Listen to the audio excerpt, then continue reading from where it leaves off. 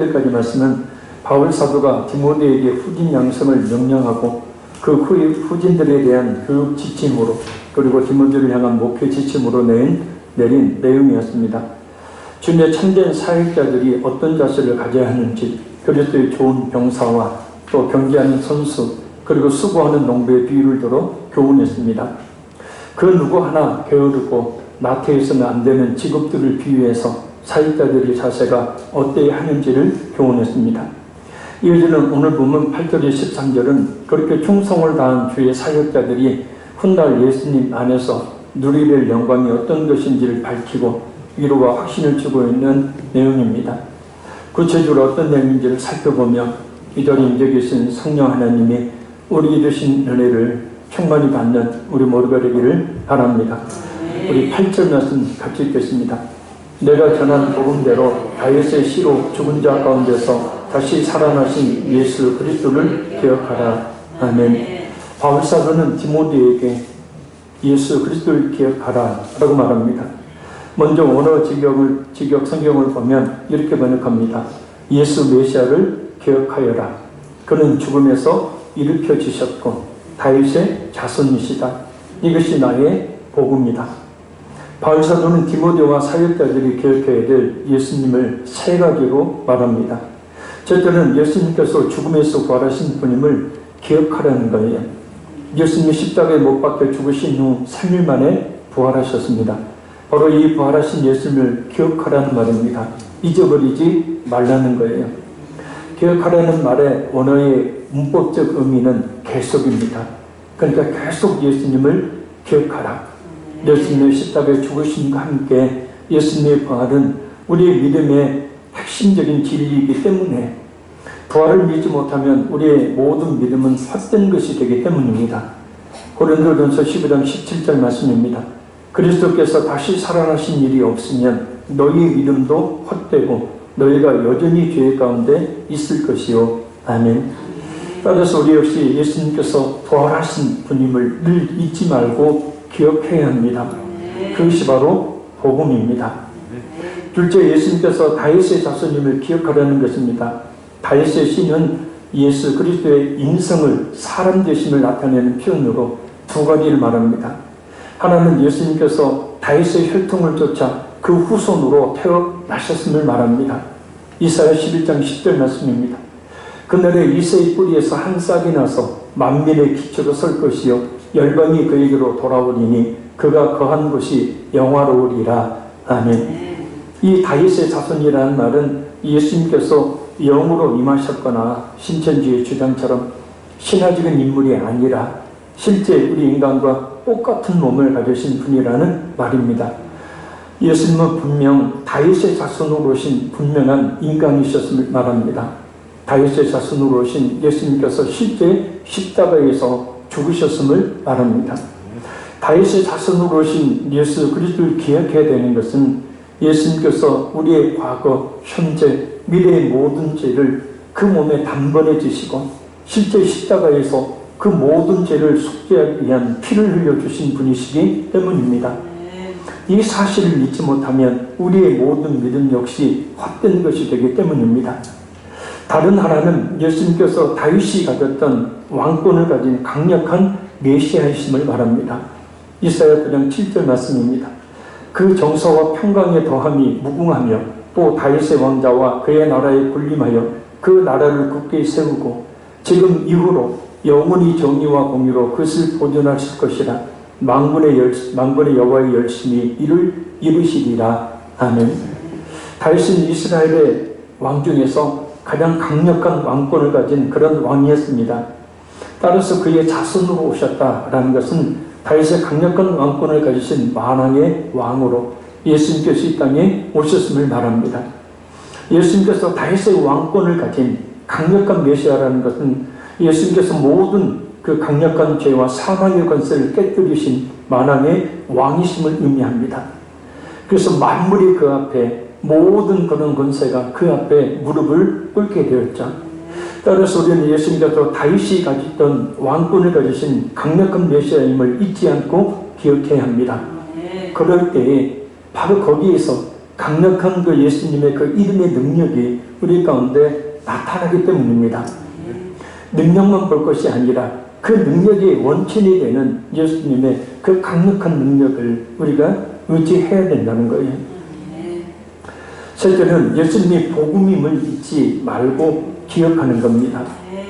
내가 전한 복음, 곧 원어에 이것이 나의 복음이다 라는 말은 지금까지 언급했던 예수님의 부활, 사람의 몸을 입고 이 땅에 오셔서 피 흘려 죽으셨을 뿐만 아니라 모든 죄와 사망의 권세를 깨뜨리시고 만왕의 왕이 되신 예수님이 바울 사도에게 있어서 복음이라는 말이에요. 그리고 내가 전한 복음, 곧 나의 복음, 원어에는 이 나의 복음이라는 말은 이 두 가지 의미를 또 가지고 있어요. 하나는 바울 사도 자신이 직접 하나님의 계시를 통해 받은 복음이라는 말입니다. 갈라디아서 1장 11절 11절 말씀입니다. 형제들아 내가 너희에게 알게 하노니 내가 전한 복음은 사람의 뜻을 따라 된 것이 아니니라. 이는 내가 사람에게서 받은 것도 아니요 배운 것도 아니요 오직 예수 그리스도의 계시로 말미암은 것이라. 아멘. 바울 사도는 이 말씀을 통해서 자신이 전한 복음이 사람의 뜻을 따라 된 것이 아니라 예수 그리스도의 계시로 말미암는 것이라 라고 밝힙니다. 여기서 사람의 뜻을 따라 된 것이 아니니라 라는 말씀은 사람의 생각에 따라 된 것이 아니라 라는 뜻입니다. 또 내가 전한 복음 역시 원어를 지각하면 나로 말미암아 전해진 복음이라는 뜻이에요. 그래서 바울 사도가 전한 복음은 다른 종교의 어떤 이 교리처럼 어떤 사람에게서 받은 것도 아니고 어떤 사람에게서 배운 것도 아니고 오직 예수님의 계시로 말미암는 것이라는 뜻입니다. 여기서 우리 역시 이 사실을 굳게 믿어야 합니다. 그리고 계시는 헬라어로 아포칼립시스라는 말입니다. 그러니까 덮개를 제거해서 드러나는 것이라는 뜻이에요. 드러나긴 드러나는데 누군가 덮개를 제거해야 드러나는가? 커튼을 열고 보여주는가? 밖에서 커튼을 열고 보는 것이 아니라 안에서 커튼을 열고 보여주는 것을 말합니다. 여기서 덮개와 커튼은 인간 스스로 제거하는 것이 아니라 오직 하나님께서 그것을 열어 보여주셔야만 드러나는 것을 말합니다. 그 바울이 사도가 된 것은 또 바울 사도가 복음을 전하는 것은 오직 전적인 하나님의 역사심이었다라는 것을 알 수 있어요. 하나님의 계시는 성경의 완성을 통해 그쳤습니다. 더 이상의 계시는 없습니다. 따라서 어떤 사람이 계시를 받았다 말한다면 그 사람은 저 그리스도입니다. 이단입니다. 제정신이 아닌 성경을 모르는 사람입니다. 성경을 사실상 믿지 않는 사람이죠. 지금도 하나님의 계시를 받았다고 또 받는다고 하는 사람들이 많은 사람들을 속이고 있습니다. 현혹되지 말아야 합니다. 지금도 성경을 연구하다 새로운 진리를 깨달았다고 하는 사람들이 있습니다. 그러나 이미 성경은 오랜 세월 동안 수많은 성도들과 신학자들과 목회자들을 통해서 모두 해석이 되었습니다. 그러니 새로운 성경 해석을 주장하며 새로운 진리를 깨달았다는 것은 허무맹랑한 거짓된 주장일 뿐입니다. 잘 분별하여서 절대 속는 일이 없어야 합니다. 바울 사도가 예수님께 직접 받은 계시는 이렇게 성경으로 완성되어서 우리에게 있습니다. 그러니 이 성경을 있는 그대로 믿는 것이 계시의 정신에 충실한 것이고 이 성경의 말씀을 있는 그대로 전해주는 것이 바로 계시의 말씀이 되는 거예요. 그래서 바른 믿음을 갖는 유일한 길이 바로 이것입니다. 따라서 하나님의 일을 하는 사역자들은 자신이 하는 모든 일의 근거를 하나님께 두어야 합니다. 사람에게 두지 말아야 합니다.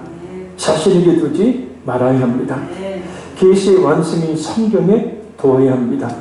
계시의 말씀인 성경에 따라 신앙생활을 해야 한다라는 것입니다. 마태복음 7장에 그렇게 열심히 사역을 해놓고 예수님이 불법을 행하는 자들아 내가 너희를 도무지 알지 못하니 여기서 떠나가라.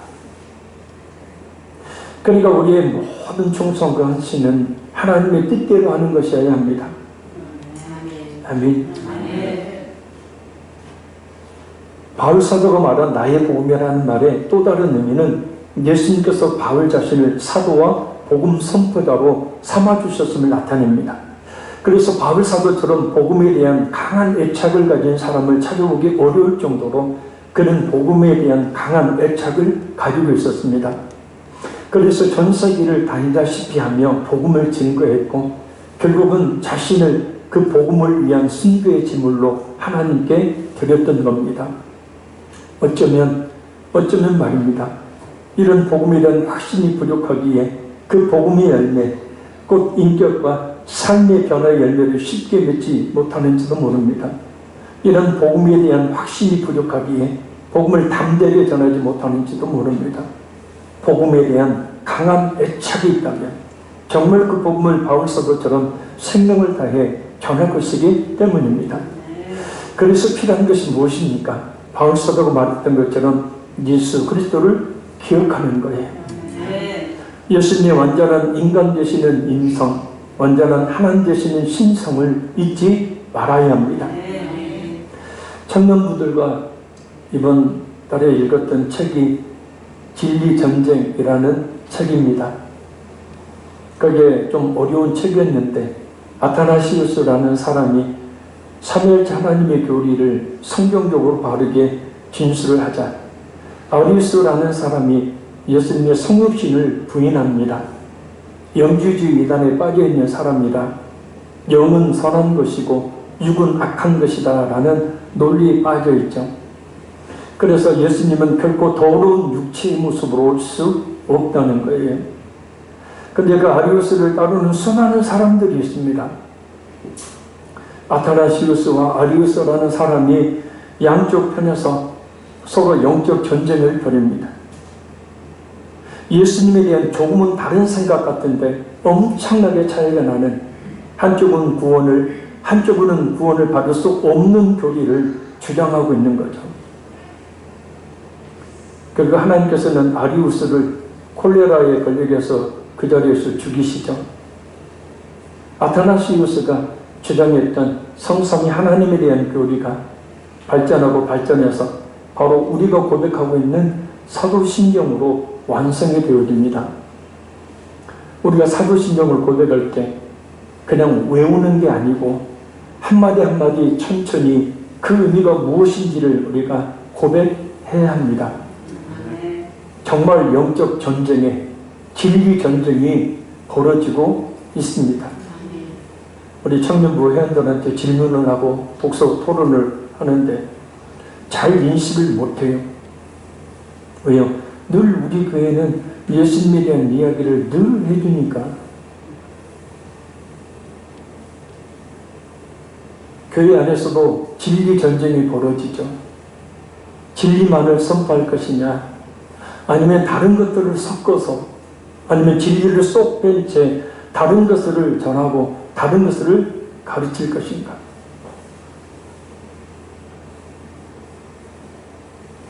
예수님의 십자가의 죽으심과 부활 잊지 말아야 합니다. 예수님의 만왕의 왕되심을 잊지 말아야 합니다. 우리가 이런 예수님을 항상 그리고 계속해서 생각해야 합니다. 예수님을 잊지 않고 기억할 때 담대한 복음 증거자가 될 수 있습니다. 예수님을 잊지 않고 기억할 때 자신의 인격과 삶의 변화를 가져오는 진정한 그리스도인이 될 수가 있습니다. 이 놀라운 효과가 일어나니까 그래서 바울 사도가 디모데에게 모든 사역자에게 예수 그리스도를 기억하라 라고 말하고 있는 겁니다. 자, 우리 9절을 보겠습니다. 복음으로 말미암아 내가 죄인과 같이 매이는 데까지 고난을 받았으나 하나님의 말씀은 매이지 아니하니라. 아멘. 바울 사도는 천재 사슬에 매인 채 당하는 고난을 복음을 위하여 당하는 고난이라고 말합니다. 우리가 만약 복음을 위해 고난을 당한다면 그처럼 영광스러운 일은 없을 것입니다. 예수님의 복음을 증거하다가 고난을 당하는 것처럼 우리 주님께서 기뻐하시는 일은 없을 겁니다. 주님의 몸된 교회를 위해 숨기다 고난을 당한 것처럼 우리 주님께서 기뻐하시는 일은 없을 것입니다. 주님의 기쁨으로만 그치지 않고 하나님께서 자자손손 크고 놀라운 복을 분명히 주십니다. 근데 한 가지 더 주목해야 될 바울사도의 말이 있어요. 바로 바울사도 자신이 감옥에 갇혀 복음을 증거하지 못할지라도 하나님의 말씀은 매이지 아니하니라. 곧 하나님의 말씀은 자신이 전하지 못해도 하나님의 말씀은 매이지 아니하기에 하나님은 다른 종들을 신실한 하나님의 사역자들을 통해서 계속해서 그 복음을, 진리의 말씀을 전하게 하신다는 뜻이에요. 하나님의 복음은 그 누구도 막을 수가 없고 또 가둘 수 없다는 말입니다. 종종 우리가 교만하게 그런 얘기를 하는 경우도 있죠. 나 아니면 안 돼. 천만의 말씀. 하나님은 엘리야에게 7,000명의 거룩한 하나님의 백성들을 예비해 두었다 그랬죠. 그래서 중요한 것은 나 아니면 안 돼가 아니라 하나님 저를 끝까지 사용하여 주옵소서. 오늘 본문이 기록될 당시 로마 황제의 박해 속에서도 오히려 믿는 성도에서는 크게 늘어났다는 통계가 있습니다. 또한 현대에 와서 에티오피아 정교회로 인한 고난 후에 20만이었던 기독교 인구가 100만이 되었다고 합니다. 에티오피아 내시에 의해서 복음이 에티오피아에 들어갔으나 결국 그 에티오피아가 그 복음의 그 중흥기를 누리지를 못하고 결국은 이방 종교에 빠져서 지금의 에티오피아를 보십시오. 완전히 못 사는 나라 중에 못 사는 나라가 되었죠. 중국 혁명에 의한 기독교의 고난 후에 500만이었던 기독교 인구가 지금은 8천만에서 약 1억 명 정도가 된다고 합니다. 왜냐? 복음은 하나님께서 신실한 하나님의 종들을 통해 하나님께서 전하시기 때문이에요. 나태하고 게으른 사명감 없는 명목상의 그리스도인이 아니라 참 믿음을 가진 그리스도인들을 통해서 복음을 증거하시고 또한 증거되도록 하시기 때문입니다. 부디 바라고 원하기는 이 자리에 있는 우리 모두가 우리 한 사람 한 사람이 우리 예수님께서 정말 귀하게 쓰시는 복음의 귀한 일꾼들이 되기를 바랍니다. 그래서 우리 주님 늘 이야기하는 거지만 제 꿈이 그거예요. 제가 죽어 우리 주님 만나는 거. 저는 그 꿈 하나밖에 없습니다. 우리 주님 만날 때 그 감격이 얼마나 크겠습니까? 그래서 우리 주님께서 귀하게 쓰시다 그 품에 꼭 안아주시는 스데반과 같은 하나님의 귀한 종들이 될 수 있기를 간절히 소망합니다. 우리 10절 읽겠습니다. 그러므로 내가 택한 받은 자들을 위하여 모든 것을 참으면 그들도 그리스도 예수 안에 있는 구원을 영원한 영광과 함께 받게 하려 함이라. 아멘. 여기서 택한 받은 자들은 영원 전부터 곧 이 세상에 있기도 전부터 그리스도 안에서 하나님의 택하심을 입은 성도들을 말합니다. 에베소서 1장 4절 말씀입니다. 곧 창세전에 그리스도 안에서 우리를 택하사 우리로 사랑 안에서 그 앞에 거룩하고 흠이 없게 하시려고. 아멘.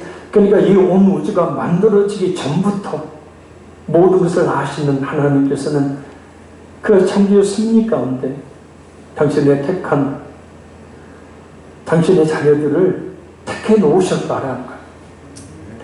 따라서 이 말씀은 하나님의 택하심을 입었으나 아직 복음을 접하지 못한 자들에게 복음을 증거해서 참 생명을 얻게 하고, 그래서 그것을 위해서 바울 사도가 온갖 핍박과 박해를 견딘다는 뜻이에요. 이 바울 사도의 모습은 완전히 남을 위한 삶을 사는 모습이죠. 한 영혼을 구원하기 위한 온갖 어려움들을 당연한 것으로 알고 감당하고 있다는 이야기입니다. 이런 바울 사도의 모습을 보면서 우리는 과연 무엇을 느껴야 할까? 바울 사도는 특별한 사람, 바울 사도는 오늘 목사님과 같은 교육자에게 그냥 교인이 나는 해당 사항 없음이라고 생각하지는 않는지 천만의 말씀이죠. 예수님께서는 공간복음, 마태, 마가, 누가, 요한복음을 통해서 반복적으로, 그리고 사도행전과 바울 사신들을 통해서 진실한 믿음을 가진 모든 성도에게 복음을 증거하는 사명을 맡기셨어요. 따라서 우리는 한 영혼을 구원하는 일을 위해 기꺼이 참고 인내하며 그들로 하여금 그리스도 예수 안에 있는 구원을 영원한 영광과 함께 받게 해야 한다는 겁니다.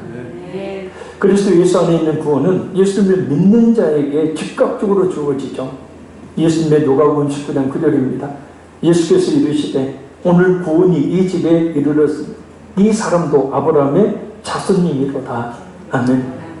그러나 영원한 영광과 함께라는 말씀이 의미하듯 영원히 죽지 않을 몸을 입고 천국에서 누리게 될 영생이라는 완전한 의미의 구원은 예수님의 재림 시에 이루어집니다. 고린도전서 15장 50절에서 52절입니다. 형제들아 내가 이것을 말하노니 혈과 육은 하나님의 나라를 이어받을 수 없고 또는 썩는 것은 썩지 아니할 것을 유업으로 받지 못하느니라. 보라 내가 너희에게 비밀을 말하노니 우리가 다 잠잘 것이 아니요 마지막 날에 순식간에 호련히 다 변화되리니 나팔 소리가 나매 죽은 자들이 썩지 아니할 것으로 다시 살아나고 우리도 변화되리라. 아멘. 왜 죽는가? 예수님을 믿어도 왜 죽는가? 영원히 살도록 하기 위해 죽는 거예요. 이 우리 몸은 채 100년도 살지 못하는 제한적인 그런 시간과 공간이 지배 아래 있는 몸이기 때문에 이 혈과 육으로는 하나님의 나라를 들어갈 수도 없고 받을 수도 없는 거예요. 이 썩는 이 몸은 썩지 아니할 그 영광을 유혹으로 받을 수가 없는 거예요. 그래서 죄로 병들어 썩어질 이 육신의 몸을 벗는 것이 죽음이고 그 죽음 이후에는 영원히 살 수 있는 영체로 변화되어서 결국은 영원한 생명을 누리게 된다는 거예요. 그러니까 이 사실을 우리가 확신하게 되어지면 이까지 육체 위한 삶을 안 살게 되죠. 그죠? 육을 위한 삶 안 살게 되죠. 하나님의 나라를 위한 삶을 살게 되죠. 그리고 죽음을 두려워하지 않게 되죠. 담대하게 죄를 위해 죽겠다. 지금은 어울리지 않는 설교죠. 그러나 우리의 육체는요 얼마 가지 못하잖아요. 우리가 무엇을 위해 살아야 하는가? 영원한 하나님의 나라를 위해서 살아야 될 줄로 믿습니다. 또 이 구원 가운데 성도는 영원한 영광을 얻게 된다. 곧 마지막 날에 있을 영광의 자리를 말합니다. 그래서 진짜 참 믿음을 가진 성도는 주님 부르시는 그날까지, 나 죽어 주님 부르시는 그날까지, 또 우리 주님 오실 그날까지 현재의 고난을 참고 인내하는 삶을 삽니다. 아멘. 고린도후서 4장 17절 18절 말씀입니다. 우리가 잠시 받는 환난에 경한 것이 지극히 크고 영원한 영광에 중한 것을 우리에게 이르게 하미니, 우리가 주목하는 것은 보이는 것이 아니요 보이지 않는 것이니 보이는 것은 잠깐이요 보이지 않는 것은 영원합니다. 그러니까 바울 사도가 그 환난 가운데 엄청난 환난을 받잖아요. 그 엄청난 환난을 받는데 그 환난 중에 하나님의 그 영광을 바라보니까 그 환난이 경한 것이 그래요. 아주 가벼운 것이라는 거예요. 근데 우리가 잘 알다시피 바울 사도가 받았던 그 환난은 배고픔이죠. 제대로 자지 못하는 것, 제대로 먹지 못하는 것.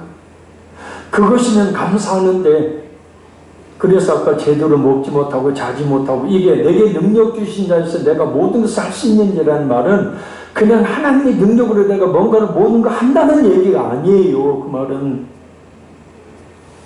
그 앞에 말씀 보면 배고픔, 추위, 핍박, 박해, 이런 어려움들을 이겨낼 수 있는 방법은 하나님의 능력뿐이라는 거예요.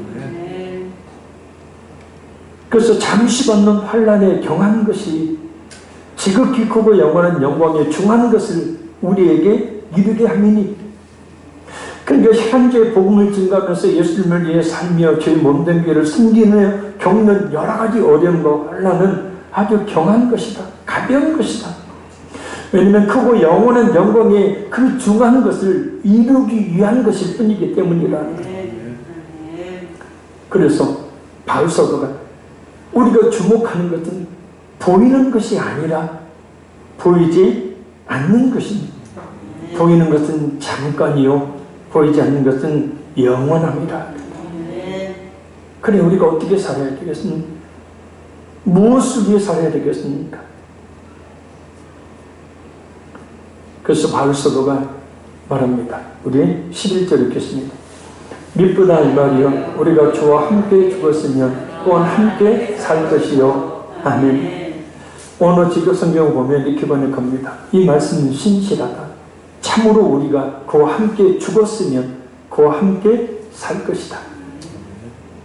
곧 말씀 주신 예수님은 신실하시다는 거예요. 신실이, 성경에 나와 있는 신실은 한 번 하신 약속은 반드시 지키신다는 뜻이에요. 그리고 우리가 참으로 예수님과 함께 죽었으면, 그러니까 예수님의 십자가에 죽으실 때 나도 연합하여 같이 죽었음을, 곧 예수님의 십자가에 죽으심을 확실히 믿는 자라면 예수님과 함께 살아야 한다는 거예요. 예수님 죄에 대해 죽고 예수님에 대해서는 함께 사는 것을 말합니다. 자, 죄에 대해 죽었으니 이전의 죄의 종로를 타던 옛사람의 모습을 벗어버려야 함을 이야기하는 거예요. 예수님에 대하여는 살았으니 그리스도의 형상을 닮아가고자 힘쓰니 마땅하다는 겁니다. 로마서 6장 8절에 10절입니다. 만일 우리가 그리스도와 함께 죽었으면 또한 그와 함께 살 줄을 믿노니 이는 그리스도께서 죽은 자 가운데서 살아나셨음에 다시 죽지 아니하시고 사망이 그를 주장하지 못할 줄을 알미로라. 그 죽으시는 죄에 대하여 단번에 죽으시며 그가 살아나시는 하나님께 대하여 살아 계시니 이와 같이 너희도 너희 자신을 죄에 대해 죽은 자요 그리스도 예수 안에서 하나님께 대하여는 살아있는 자로 여길지어다. 따라서 우리에게는 날마다 죄의 성향이 없어져야 하며 예수님의 거룩한 형상이 나타나야 하는 겁니다. 에베소서 4장 22절 24절 말씀처럼 유혹의 욕심을 따라 썩어져가는 구습을 쫓는 옛사람을 벗어버리고 날마다 의와 진리의 거룩함으로 지으심을 받은 새 사람이 되도록 해야 한다는 거예요. 이 말씀 역시도 문법적으로 현재형이에요. 날마다 옛사람을 벗어버려야 한다는 거예요. 날마다 의와 거룩함으로 지음을 받은 새 사람을 입으라는 거예요. 곧 로마서 7장에 있는 것처럼 끊임없이 하나님의 법과 죄의 법이 우리 마음속에서 싸우잖아요.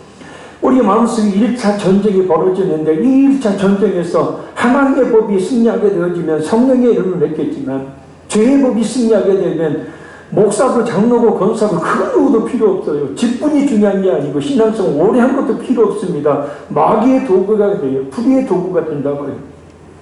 하나님의 뜻이라는 것은 분별하지 못한 채 얼마든지 우리 자신이 그와 같은 도구가 될 수 있다는 거예요. 그래서 옛사람은 자꾸 나한테 좁생아 가지마 가지마 자꾸 내 발목을 붙잡는 거예요. 너 이전에는 안 그랬잖아. 너 이전에는 못마땅하면 한 성질을 했잖아. 성질을 내. 너 이전에는 세상이 좋았잖아. 그리고 세상의 즐거움을 누려. 그까지 보이지 않는 것들을 쫓아서 뭐해. 옛사람은 자꾸 우리를 붙잡아요. 근데 우리는 어떻게 해요? 자꾸 벗어버려. 할렐루야. 그렇게 자꾸 새 사람. 날마다 변화되기를, 날마다 더 예수님 닮아가기를 힘써야. 그게 주님과 함께 사는 거예요. 할렐루야. 옆에 한번 보세요. 혹시 옛사람이 옆에 앉아있지는 않은지. 명령을 내렸어요. 시작. 가! 한번 시작.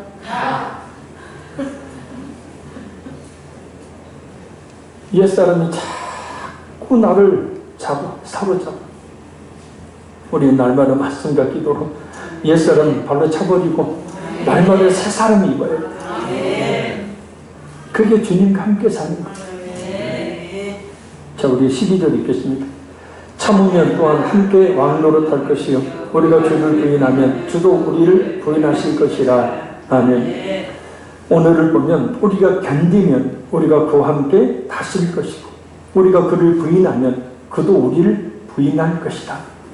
두 가지입니다. 하나는 우리가 견디면 예수님과 함께 다스리게 된다는 것이고, 다른 한편은 참지 못하고 주를 부인하면 주님도 우리를 부인하실 것이라는 거예요.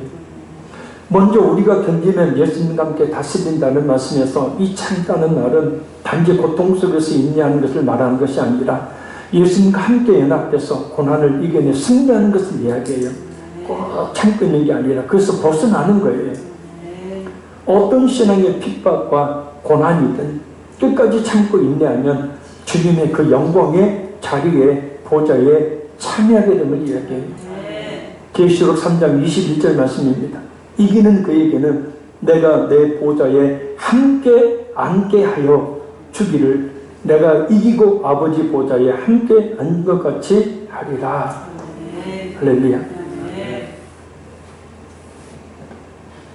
그래서 우리가 예수님이 심판하실 때, 믿지 않는 자들 심판하실 때 바로 예수님과 함께 그 보좌에 앉는다는 것은 예수님 옆에 막 저와 함께 우리 성장로님 또 우리 지장로님 막 쭉 앉고 성도들 앉는다는 얘기가 아니고 심판의 자리가 아니라 심판을 향하는 그 자리에서 심판을 받지 않는 자리에서 서게 된다는 거예요.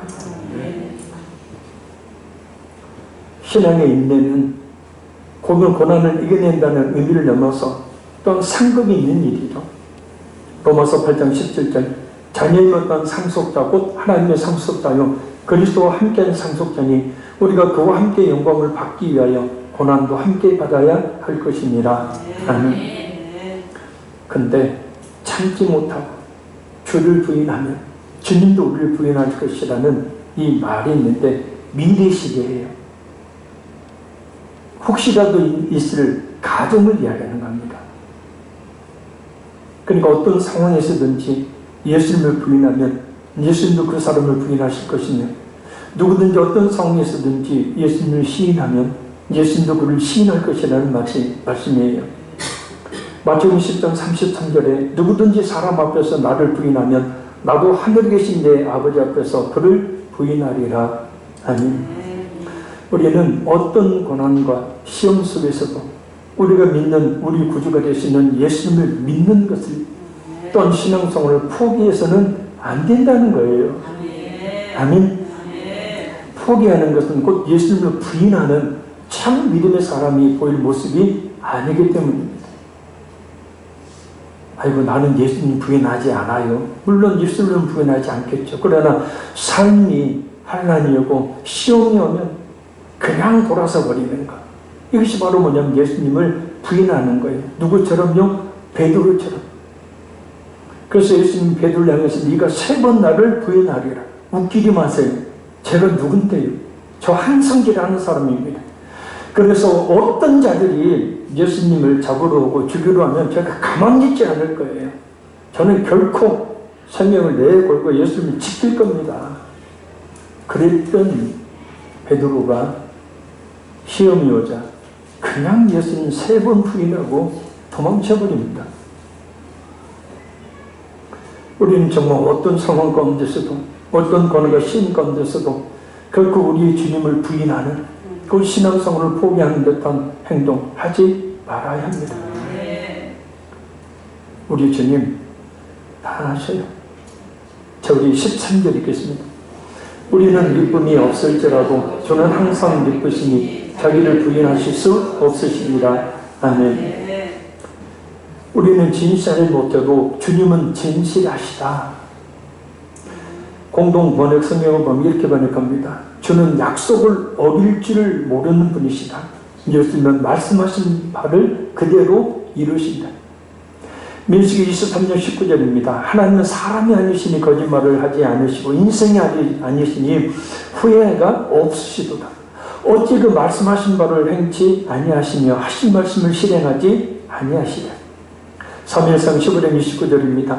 이스라엘의 지존자는 거짓이나 변개함이 없으시니 그는 사람이 아니시므로 결코 변개하지 않으심이니이다. 아멘. 그러니까 우리가 믿는 하나님은 결코 거짓이나 한 번 하신 말씀을 바꾸거나 하신 분이 아니라는 거예요. 그러니 우리의 하나님, 그 예수님을 믿는, 그 하나님을 믿는 우리 역시 하나님을 향한 우리의 신앙을 바꾸거나 부인해서는 안 된다는 거예요. 아멘. 초대교회의 상황들을 보십시오. 하나같이 다 로마의 지배 아래 있었던 곳이어서 로마 황제의 핍박, 날마다 죽어가는, 옆에서 오늘 성도들이 죽어가는 그런 상황 속에서 신앙생활을 했어야 했습니다.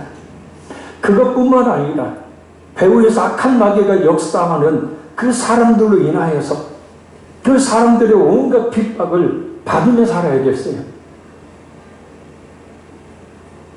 그것뿐만 아니라 교회 와서 돌아와 보면 또 이단들이 거짓 교리로 또 헛된 믿음을 갖도록 그렇게 만들었대요. 그러니까 안 밖으로, 한마디로 말해서 말 그대로 환란입니다. 이런 환란 속에서 그들은 자신들의 그 믿음을 결코 부인하거나 자신들의 그 믿음을 포기하지 않았어요. 왜요? 바울사도 고백한 것처럼 보이는 것은 잠깐이지만 보이지 않는 것은 영원하기에, 눈에 보이는 것을 위해 살지 않고 눈에 보이지 않는 저 하나님의 나라를 위해서 살기 때문에 그렇다는 거예요. 정말 우리 예수님께서 우리를 시인, 곧 우리 자신을 인정하실 만한 그런 신앙생활을 해야 합니다. 아멘. 말씀했습니다. 우리는 예수님께서 완전한 인간 대신의 인성과 완전한 하나님 대신의 신성을 잊지 말아야 합니다. 예수님의 십자가의 죽으심과 부활을 잊지 말아야 합니다. 예수님의 만왕의 왕 되심을 잊지 말아야 합니다. 우리가 이런 예수님을 잊지 않고 기억할 때 담대한 복음 증거자가 될 수 있습니다.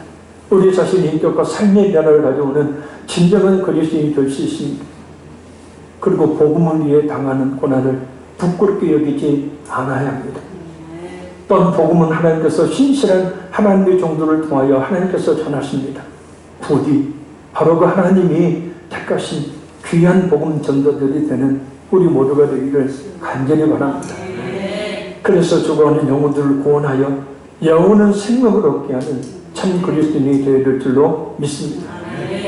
우리에게서 날마다 죄의 성향이 없어지도록 해야 합니다. 유혹의 욕심을 따라 썩어져가는 구습을 따르는 옛사람을 벗어버리고 날마다 의와 진리의 거룩함으로 지으심을 받은 새 사람이 되도록 해야 합니다. 곧 날마다 변화되기를 힘써야 되고 날마다 예수님 더 닮아가기를 힘써야 한다는 겁니다. 우리는 어떤 고난과 시험 속에서도 우리가 믿는 우리 구주가 되시는 예수님을 믿는 것을 곧 신앙성으로 포기해서는 안 됩니다. 포기하는 것은 곧 예수님을 부인하는 참 믿음의 사람이 보일 모습이 아니기 때문입니다. 정말요, 우리 구주가 되시는 예수님께서 이 자리에 있는 저와 여러분 한 사람 한 사람을 인정하시니 잘하였다, 착하고 충성된 종아 라고 말씀하시면서 그 품에 안아 영원한 생명을 누리게 해주시는 우리 모두가 되기를 바랍니다. 우리 찬양 드리신 후에 기도합니다.